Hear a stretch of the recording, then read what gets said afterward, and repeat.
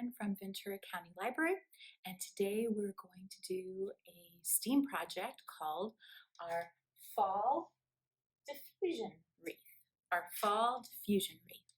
So let's get started. First we need to see what's in our kit. So I see instructions and I see paper and shapes. Let's see. So we have special diffusion paper. We're going to talk about that in a moment. A big sheet, 9 by 12. We have a couple of leaf shapes, also out of the same paper. Feel that texture. It's different than regular paper, isn't it? We're going to find out why in a bit. And then a flower shape. And we're going to set those aside for a moment to see what else is in our bag. A paper plate.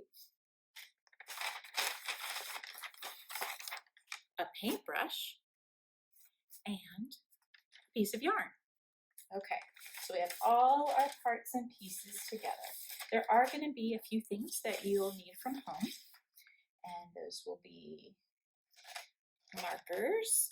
Washable is best, washable markers. You'll see why. You're going to need a little cup with some water in it, and either glue or tape, pair of scissors. So those should be all about our supplies that we need.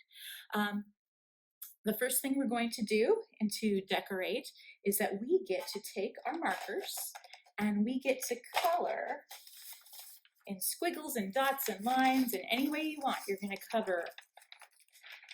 color this different diffusion paper, all these different diffusion papers and shapes.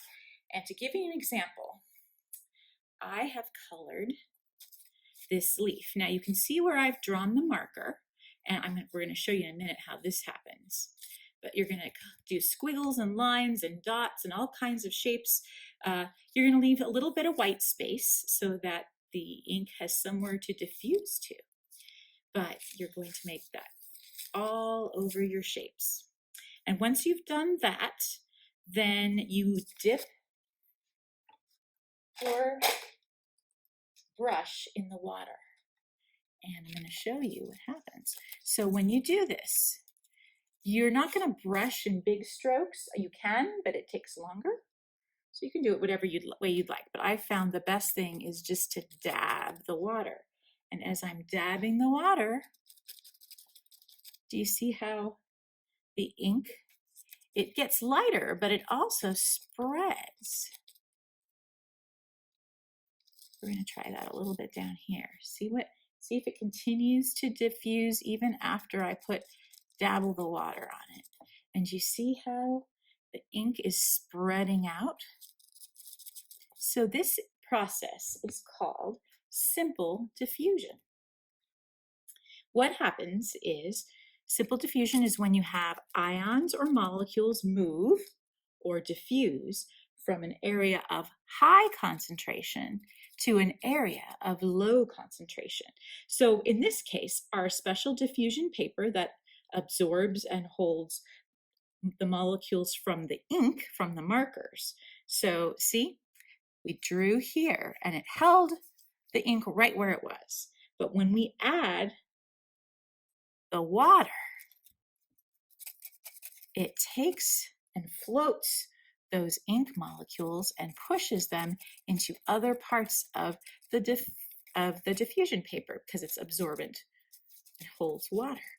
And so it does. It takes the paint or the ink from areas of high concentration and evens them out into areas where there was no ink. And therefore, we end up diffusing the marker ink all throughout the paper, giving these beautiful faded colors. Now, why do you think the colors are less vibrant or less bright? Yep, because they're brighter. Where they're highly concentrated, they are brighter. And then when they are evenly distributed, they fade out a little bit. That's right. So you're going to keep adding your water until all your papers and your shapes are filled. And then you need to let them dry before you can do the next part, which is we're learning about diffusion, but we're also making a seasonal decoration, right? So you have to let them dry. Sometimes it's overnight or, at least a couple hours till they're dry enough to touch. And then we can transform our diffusion shapes into a fall decoration. So we provided a paper plate for that, and also some yarn so that you could punch a hole or tape the yarn to the back as a way to hang up your decoration. So with your paper plate, if you would like, you could glue or tape all of the leaves that you make onto the paper plate itself, or you can take your scissors and you can cut out the center and you can make a wreath. So you're going to, in addition to using the shapes we gave you, you can make more shapes. So this was my big piece of white paper. I colored it, I did the diffusion with the water all over it, I let it dry, and then I cut out things like berries and other leaf shapes. You also can get other shapes and leaves or bits of ribbon and paper and incorporate that into your autumn wreath. So this is the one that I did. Now I chose to put marker on the paper plate too underneath. I taped and glued both my shapes that I was given and the ones I cut out. And then after it was all dry and on here, I actually added some leaf lines and things like that with the marker on the dry paper after it was all finished. Now, we also have a bonus activity and as well as a prompt. So let me show you. We're suggesting that you go outside and look around in your own backyard, or when you take a walk around the neighborhood together as a family, and you can pick up different things and you can add them. So I found this real leaf and I'm going to add it here with a little bit of glue or tape. Oh, I found another one. I'm going to put that one here. And I found a third. I'm going to put that one right here. Now let's talk about the leaves that we found for a moment, because while our leaves we got to be colorful by coloring them with marker and then diffusing them with the ink with water, that's not exactly what happens to leaves. And you'll notice I have the green leaf and a leaf that's starting to lose its green and become yellow and brown and like a deep like orange.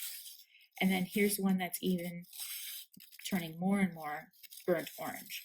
And did you know I found these all on the same tree because it is becoming fall and then later winter. And so we have some information here about why, because you might ask, why do the leaves on certain trees change color?